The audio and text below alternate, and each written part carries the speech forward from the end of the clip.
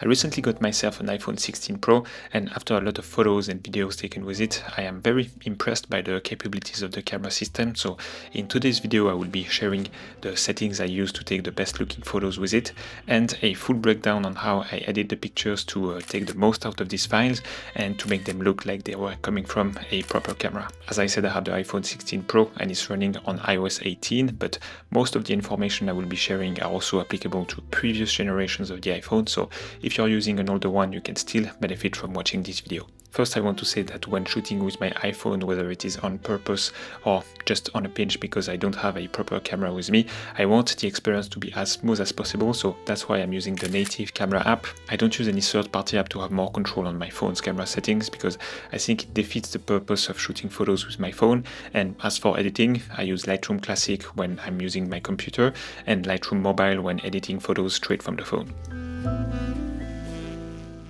Let's start by making sure that you apply the right settings, so you can go to the settings menu and then to the camera section. This video is about my photography settings only, so I won't talk about video and different codecs like ProRes log, etc. But if it's something that you're interested, please let me know. I can do that later on. So yeah, let's start and read through the settings from top to bottom. It's unfortunate, but the first setting is the most flawed design feature Apple made in a while: camera control. I like that we can launch the camera app with just one click, but that's it. Using it to change settings or even just as a camera shutter is so finicky in my opinion. I disabled clean preview, launch camera with one click, and the app to open is camera. I don't use photographic style as I'm shooting in RAW and edit the photos in Lightroom, so we can ignore them. Next is format. I leave it in high efficiency, although it doesn't really impact me because I'm shooting in RAW. Photo mode at 24 megapixel. I turn on ProRAW and resolution control. I set my Pro default to ProRAW Max for the best image quality, but then I select JPEG XL lossy to keep the file size rather small. Some tests have been made and the difference between JPEG lossless and JPEG XL lossy is almost unnoticeable, and the files are almost 4 times smaller, so it just doesn't make sense to waste that much storage space. Next, you can go to preserve settings, where you can choose some settings that you want to save, so you don't have to adjust them every time you open the camera app. I turn on the followings: camera mode, creative controls, macro control, exposure adjustment, ProRAW and resolution control, live photo. Everything else is off. Back to the previous menu, I turn off volume up for burst because when you take a burst it will not capture RAW files but a JPEG instead. And then I turn on the grid and level to help me composing my shots. The Fusion camera, I believe, is a new feature on the iPhone 16 Pro, letting you add 2 more focal lengths, but the truth is that they are just crops into the main 24mm equivalent 1x lens. I still like to use them to help me composing. I use 35mm a lot on my Sony camera, so having access to it is quite useful. One thing to be aware of is that it cannot be reverted in post, so a photo that you took at 35mm cannot be reverted to the full 24mm file. Portrait in photo mode is turned on. It just gives you more flexibility if you want to use the portrait mode in post instead of shooting in portrait mode and losing the ability to shoot RAW. Lens correction is on and macro control is also on. The main and the best lens/sensor is the 1x 24mm equivalent. The ultra-wide 0.5x and the telephoto 5x are also real lenses, while the 2x, the 28mm and the 35mm variants of the 1x are just crops into the 1x lens. So personally I barely use the 0.5x because it is just not my style to shoot that wide, but still it can be a good solution for landscape and architecture shots. It is also the lens that will let you take some macro photos, and I would say that personally I use it less than 1% of the time. The next lens is the 1x, which is the best lens optically speaking in the whole iPhone camera system. It lets you capture the full 48 megapixel resolution. It is good for establishing shots and also gives you a nice background blur to capture objects or products. Like I mentioned before, the 1x also gives you access to the 28 and the 35mm crops that I use to help me composing. I am okay to sacrifice the possibility to access to the full 24mm photo because it really helps me composing better photos. Next is the 2x lens, which is also a crop into the 1x, but this time equivalent to 48mm. I love the 50mm focal length for street photography and still life photography, so I use it quite frequently. Again, it is not a native lens, only a crop, but it helps me with composition, and the iPhone uses some computational photography magic to make a photo taken with the 2x lens look better than if it was shot on the 1x and cropped to 48mm equivalent in post.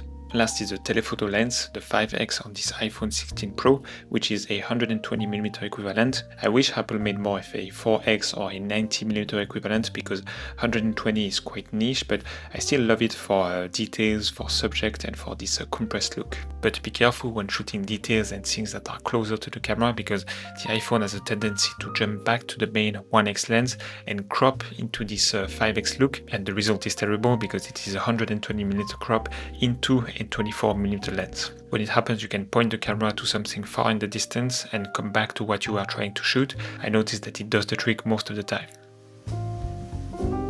I usually keep my exposure at -0.3 without pressing anywhere on the screen.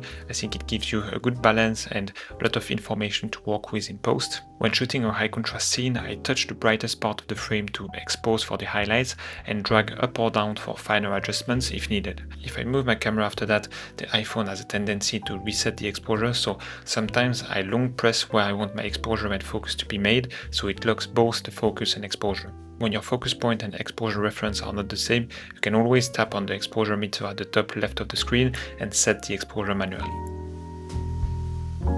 The performance of the iPhone cameras are very impressive and it keeps getting better and better every generation, but let's not forget that the sensors in these camera systems are still way smaller than the full frame or even APS-C cameras. That being the case, the iPhone will perform best when there is plenty of light available, ideally on a sunny day, but also during bright overcast days. Everything else about composition, about finding good subjects is the same as if you were using a bigger, more competent camera, and I have plenty of videos covering composing and other aspects of photography on my channel, so I won't be covering that in this video because it would be way too long. I think the mindset to have is using the iPhone just like a real camera. It is not because it's a phone that you should do less efforts on composing or waiting for an opportunity. If you fail to do so, the photos won't turn out good, not because you use the phone, but simply because some photography fundamentals were not applied. But still, you cannot do everything with the iPhone, and thinking of limitations, I can see two major ones. Shooting at night is still not the ideal use case, and it would be very hard to have good results that could compete with proper cameras. And also the iPhone is not really the right tool to shoot photos with a lot of bokeh or background blur, but I think it is a good thing because it forces you to focus on composition rather than relying too much on these kind of tricks. Now we can move on to the editing phase and break down step by step how to best edit your iPhone photos. And for the sake of this video, I will edit from scratch, but I have some presets available on my website that could serve as a very solid starting point. I will also explain you how I would edit iPhone photos with my presets in a second stage. The first thing I do is switching the profile to Adobe Color, which is my standard for creating edits and presets that I can apply to photos coming from any camera. Also, the Apple Pro profile includes some of the Apple computational photography weirdness, giving you not a pure RAW file to work with, but what Apple thinks looks best. They make the photos very HDR with lift-up shadows and compressed highlights. I prefer having full control over them in the basic settings that we'll cover now. I use the basic settings to extract and maximize the information to work with.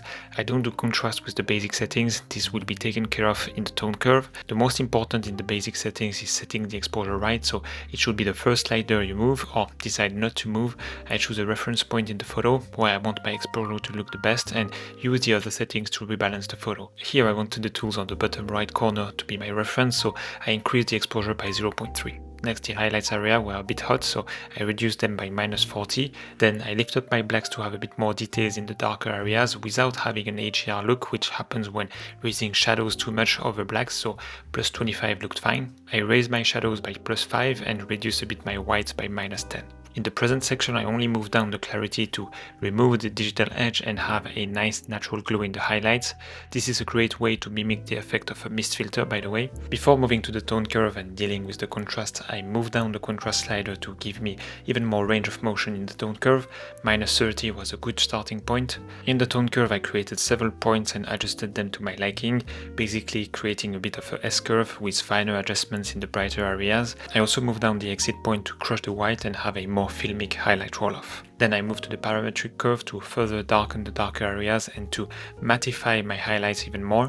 After the basic settings and contrast adjustments in the tone curve, I moved to colors, starting with the HSL. No crazy adjustments here. I wanted to reduce a bit the luminance and saturation of the blues, increasing the density of the reds also by reducing the luminance, and I did other minor tweaks as you can see on the screen. Next, I went to the calibration tool and boosted the saturation of the blue. It is affecting the blue pixels all over the frame, not only blue elements, and it adds a very nice vibrancy to all the colors across the photo. I also slightly adjusted the red and green sliders. After that, I quickly went back to the basic settings to boost the vibrancy and saturation. Plus 25 in vibrancy and plus 5 in saturation looked great. Final step on the colors is the color grading tool. I cooled down a bit the shadows with some greenish blue. I wanted some warmth in the mid-tone, so I used a yellow-orange hue at plus 10, and finally a bit of green in the highlights. I covered that with a touch more warmth in the general wheel, affecting all the tones. The final steps are a bit optional, but let's cover them anyway. I dialed my sharpness sliders to have a sharper image, given that I shot this one with the 2x lens, which is just a crop into the main 24mm lens. These settings gave me good results without looking over sharpened. This is subjective, but I like a bit of grain on my photos, not too much. It helps making them look more natural and less digital. I think it is especially relevant with iPhone photos. And last, I used the heal tool to remove some distracting elements, and we got the final image. After that, I wanted to see how those settings apply on another picture, so I copied them. I left out the exposure and white balance, as well as other things like crop and healing tool settings. When pasting settings or applying a preset, I usually set the exposure before.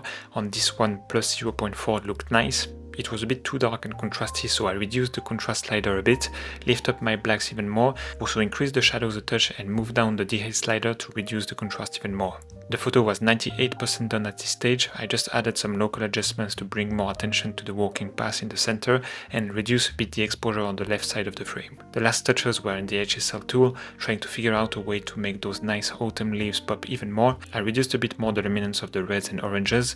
I also moved their hue a touch more towards red, so we have a nicer separation between the red, yellow and green leaves. The final example is with one of my presets I'm working on for the next pack. This photo is a good example to show how much computational photography is embedded in the Apple Pro RAW format. With a natural RAW profile, we had a very contrasty and underexposed photo that needed some important adjustments, especially in the exposure and highlight sliders. When I reduce the highlights that much, I like to rebalance them by increasing the whites. As for the darker tones, I increased the blacks by plus 25 and reduced a touch the shadows to minus 5. I did very minor adjustments in the HSL, but I was already very happy with the result of this preset. Then I dialed the sharpness and added some grain since no adjustments on them are included in the preset. Finally, I moved a bit the vibrancy and saturation, respectively to plus 50 and back to 0. So that's it. I think we covered everything I wanted to talk about, the settings in cameras to take the best photos and the best files to work with, and how to work and edit the files in post. So thanks a lot for watching. I hope it was valuable and helpful and that you could learn something from this video. Thanks for watching and see you next time. Bye.